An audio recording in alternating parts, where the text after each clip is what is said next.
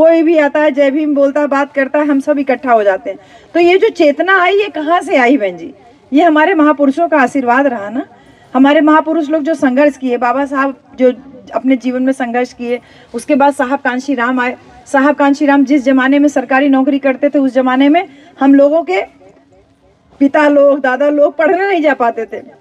उस जमाने में साहब कांशी राम नौकरी करत रहने, लेकिन जैसे बाबा साहेब डॉक्टर अम्बेडकर के किताब पढ़े के मिलल और जैसे उनके पढ़ने ऐसा बुद्धि खुलल कि अपन सरकारी नौकरी से इस्तीफा देके गांव गांव पैदल पैदल साइकिल निकल लिए।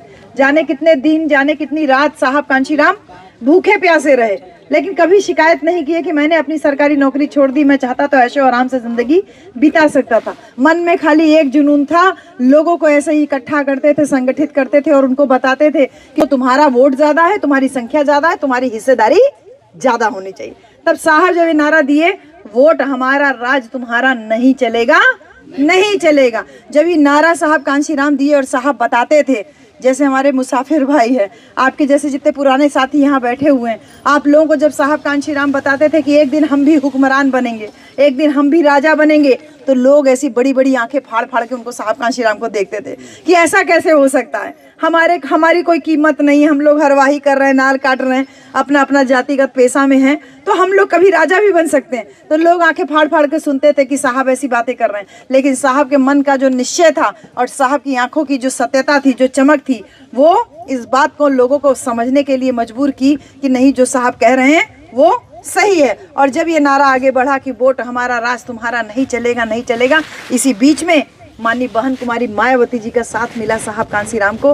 वो भी अपनी सरकारी नौकरी में थी, वो भी छोड़ दी, अपने पिता का घर छोड़ दी। बहन जी, हमन अपन बिटिया बियाहिला, बिटिया के विदा करीला, ये पता रहे कि 4 दिन बाद लड़की आई जाए, तब वो ओकरे खातिर रोईला। हैं, विदा करे खातिर सब विदा करे टाइम खूब रोईला, खूब गाजा बाजा होई, डांस नाच गाना होई, लेकिन विदाई के समय सबके आँख आंसू भर भर के रोते हैं, माता पिता, नात बात, रिश्तेदार सब। जबकि 4 दिन बाद बच्ची को वापस आप लेकर के आ सकते हो। हमारी बहन कुमारी मायावती जी ने जब घर छोड़ा तो उनके लिए कोई सहनाई नहीं बजी बहन जी, उनके लिए किसी ने आंसू नहीं बहाए, बल्कि उनके पिताजी ने उनको चेतावनी दिया कि अगर तूने आज घर छोड़ा तो इस घर के दरवाजे तेरे लिए हमेशा बंद रहेंगे। तो सोचा कितना बड़ा त्याग हमारे बहन जी उस जमाना में करी।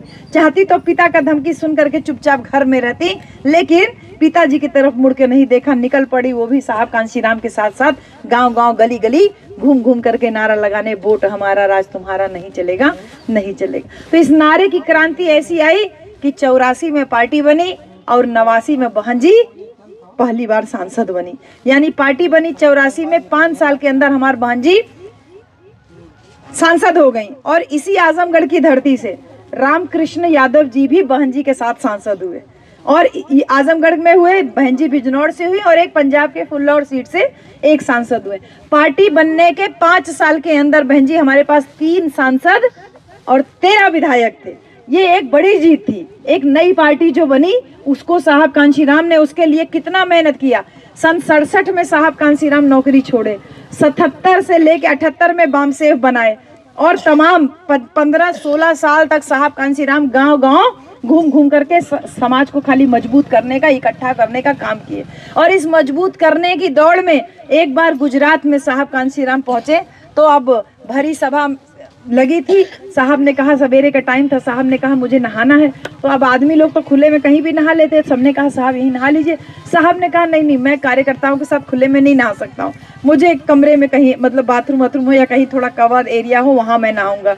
तो सब कहने लगे क्या करें क्या करें। फिर जैसे तैसे एक आदमी क्या घर, भाई उस समय पार्टी नई नई बनी थी तो इतना लोगों के पास साधन संसाधन भी नहीं था, तो उनको एक आदमी के घर ले गए, कहने लगे इनके यहाँ बाथरूम बना है, आप यहाँ नहा लीजिए। तो वहाँ जब, वो भी थोड़ा आड़ किया हुआ ही था, वहाँ जब साहब कांशी राम नहाने के लिए अपना कपड़ा उतारे तो उनका बंडी में इतना छेद था कि उसको चिथड़ा कह सकते हैं आप, यानी वो बंडी पहनने लायक नहीं थी, इतना फटी थी। और उनका अंडरवियर तो इतना ज़्यादा फटा था, इसी मारे शर्म के वो सबके सामने नहीं नहाने के लिए तैयार थे। तो जो उनके साथ के कार्यकर्ता थे कहे साहेब हमारे पास 3 सांसद हो गए, 13 विधायक हो गए, और जिसने इतना बड़ा काम किया उसका कपड़ा इतना फटा फटा चिदड़ा। कहने लगे देखो ये बात ठीक है कि मेरा कपड़ा फटा है, लेकिन मेरी अगर बंडी फटी है तो मैं उसको शर्ट के नीचे ना पहन रहा हूँ, उसके नीचे तो मुझे कोई नहीं देख रहा है। फटा हुआ अंडरवियर पहन रहा हूँ तो पैंट के नीचे ना पहनना, उसके नीचे तो मुझे कोई नहीं देख रहा है। लेकिन मेरे समाज में ऐसे बहुत सारे आदिवासी लोग हैं, मुसहर बिरादरी के लोग हैं, तमाम और पिछड़े समाज के लोग हैं जिनके पास ही फटा कपड़ा तक पहनने के लिए नहीं। तो जब तक हमारे देश में हर एक व्यक्ति तक साधन संसाधन मुहैया ना हो जाए तब तक मैं चैन से बैठूंगा नहीं, और तब तक मैं इन्हीं कपड़ों से अपना काम चलाऊंगा। तो वो कार्यकर्ता एकदम आंसुआ गया, 2 जोड़ी नया कपड़ा लेकर के आया और साहब को दिया, कहा ये अंडरवियर बनियाइन तो कम से कम साहब ऐसा पहनिए। तो साहब कहते लगे कोई बात नहीं, तुम मेरे लिए तो ले आए, लेकिन अगर तुम्हारे मन में दर्द है तो इस मिशन मूवमेंट को और तेजी से काम करो, ईमानदारी से काम करो, जिससे कि वो तमाम फटेही चड्डी बंडी पहनने वाले लोग suit boot coat pant tie लगाने लायक हो जाए। ऐसा त्याग किया हमारे साहब कांशीराम ने बहन जी, तब हम यहाँ तक पहुँचे। एक तो ई बतिया हम सब के बहन जी सोचे के है कि जिस जमाना में हमारे लोगों के पास साधन संसाधन नहीं था, साहब कांशीराम कहीं सड़क पे रेहड़ी पे सो जा रहे हैं, हाँ, कहीं ट्रेन में कभी टिकट नहीं मिलता था। कई बार ऐसा भी हुआ साहब कांशीराम जहाँ ट्रेन में शौचालय बना होता है वहीं चुपचाप बैठ करके सफ़र कर लेते थे, कि क्योंकि उनको समय पहुंचना जरूरी था, जिस जगह पे टाइम दिए वहां समय से पहुंचना जरूरी था। यानी साहब के मन में लक्ष्य एकदम निर्धारित था कि लोगों के तक पहुंचेंगे, लोगों तक अपनी बात पहुंचाएंगे, तब हम परिवर्तन ला सकते हैं। तो ई बतिया बहुत नीक से जाने लें। बहुत जनी यूट्यूब पे बहुत बड़ा वीडियो बनाए के डाले ने सामाजिक परिवर्तन, सामाजिक न्याय। ई जाने लें कि साहेब कांशीराम सामाजिक परिवर्तन के लड़ाई लड़त रहने। ई सामाजिक परिवर्तन ऐसे होई कि जैसे व्यवस्था परिवर्तन हुए, कि जे रेहड़ी पे सोए वाला मनई रहा, सड़क पे सोए वाला मनई रहा, जे हरवाही करत रहा, ते अपन वोट के कीमत सीख गया, अपनी वोट की कीमत जान गया, और अपनी वोट की कीमत से वो उत्तर प्रदेश में 3 बार सरकार बना लिया साहब के रहते। तो वही व्यवस्था परिवर्तन साहब करके समाज में एक बड़ा परिवर्तन लाना चाहते थे। लेकिन बहुत जने कहे ने कि हमके न्याय चाहिए। साहब कहते हैं कि न्याय भीख होता है, भीख नहीं है कि सड़क पे भीख मांगोगे तुमको मिल जाएगा। साहब कहते थे जिसका राजा होता है उसकी जनता हमेशा सुरक्षित रहती है। न्याय मांगने से नहीं मिलता, अपना राजा बनाओ, अपने आप को न्याय दिलाओ। काहे कि अब धरना प्रदर्शन करबू 2-3 दिन 4 दिन 10 दिन ले धरना प्रदर्शन चली, ओकरे बाद का न्याय तो मिली ना। काहे के सरकार तो ई मान के चलत है ना कि न्याय देवे के ना है, तो न्याय मिले खातिर आपन सरकार बनाब जरूरी बा। ई बतिया जब साहेब बताए तो 3 दाई हमन साहेब के निर्देशन में बहन मायावती जी के नेतृत्व में हमन 3 दाई मुख्यमंत्री बनल गया। अब मुख्यमंत्री बने के बाद शिक्षा फ्री, दुआरे दुआरे पक्की RCC रोड पहुंच गई बहन जी, हाँ बढ़िया हो गया। उसके बाद सारा सुरक्षा एकदम बढ़िया चौकस, सारे अपराधी जेल में या तो प्रदेश छोड़ के भाग गए। ऐसा शासन बहन जी ने चलाया। कहा अस्पताल में 1 रुपया फीस न लगी, चाहे भर्ती करा, चाहे पर्ची कटावा, चाहे जो ने के दवाई वाई करा, सुई दवाई करा, 1 रुपया न लगी। कितना बड़ा मेडिकल कॉलेज, कितना बड़ा इंजीनियरिंग पॉलिटेक्निक कॉलेज, कितना सारा बहन जी खुलवाई। 3 बार की सरकार में बहन जी ने बड़ा काम किया। और साहब कांशीराम फिर 2003 में बहन मायावती जी को कहे अब मुझे पूरा भरोसा हो गया है कि तुम उत्तर प्रदेश अच्छे से चला लोगी, तो तुम अब उत्तर प्रदेश को देखो और मैं पूरे देश में घूम कर काम करता हूँ, जिससे कि मैं प्रधानमंत्री बनने के लिए अब आगे जाऊं। तो यहाँ उत्तर प्रदेश में बहन मायावती जी को 2003 में अपन उत्तराधिकारी घोषित कर दिले रहने। 3 बार बहन जी मुख्यमंत्री भी बन गई। लेकिन देखा जे समाज खातिर इतना त्याग करने की, भूखा प्यासा रहने, सड़की पे सुतने, उनके अचानक से तबीयत खराब हो गई।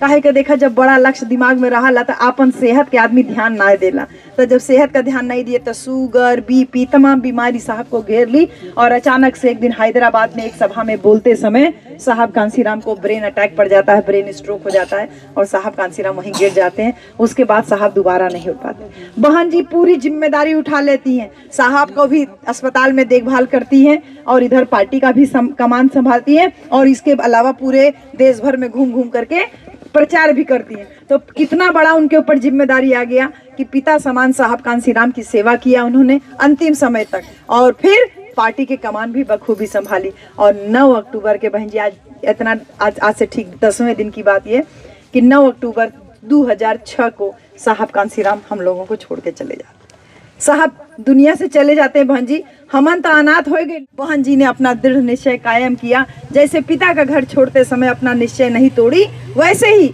साहब के जाने के बाद भी अपना निश्चय और मजबूत किया और कहा कि मैं पार्टी को बखूबी संभालने का पूरा प्रयास करूंगी। और प्रयास ऐसा किया बहन जी ने कि 2007 में यानी साहब के जाने के करीब 10 महीना के अंदर ही बहन मायावती जी पूरी बहुमत से चौथी बार मुख्यमंत्री बने। तो ये साहब का इतना बढ़िया प्रताप रहा कि बहन जी 5 साल के लिए पूरी सरकार चलाती हैं। और फिर से वही होता है कि 12 लाख लोगों को रोजगार मिलता है बहन जी, जिसमें 6.5 लाख तो बैकलॉग की भर्तियां थी जो मुख्यमंत्री बनने के 3 महीना के अंदर बहन जी दी।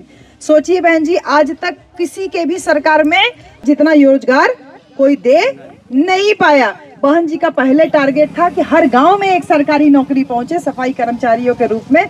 जब चौथी बार की सरकार बनी तो बहन जी का टारगेट था कि अब जितने ज्यादा से ज्यादा परिवार नौकरी पा सके वो लें। और अब बहन जी कह रही हैं कि अगर 2027 में हम लोगों का सरकार बना तो हम लोग हर परिवार को एक एक सरकारी नौकरी देंगे।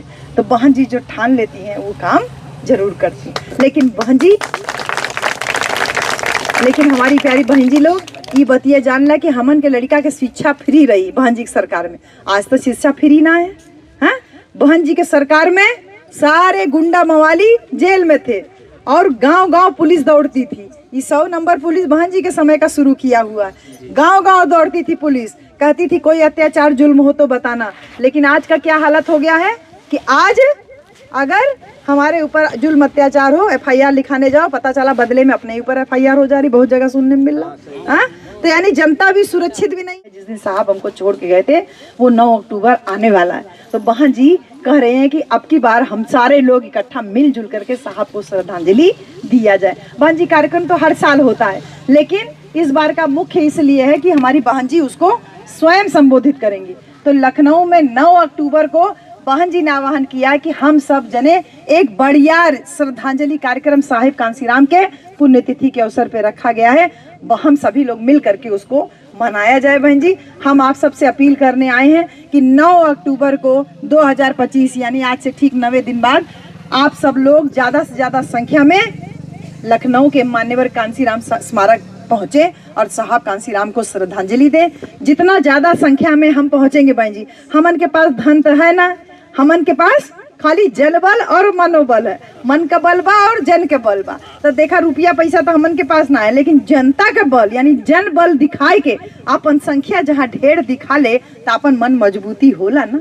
बहुत जने कहे ने कि अरे हाथी बैठ गया है, हाथी डोल न पावत है, बहन जी बाहरे नहीं निकलती है। लेकिन अब की दाई 9 अक्टूबर के हम सब जने मिल के ज्यादा से ज्यादा संख्या में लखनऊ के स्मारक पे पहुंच के अपन संख्या के ताकत दिखाई दिहल जाई कि बैठल हाथी खड़ा गदहा से ज्यादा ऊंचा होला। बहन जी ठीक बहन जी, बैठल हाथी खड़ा गदहा से ज्यादा ऊंचा होला।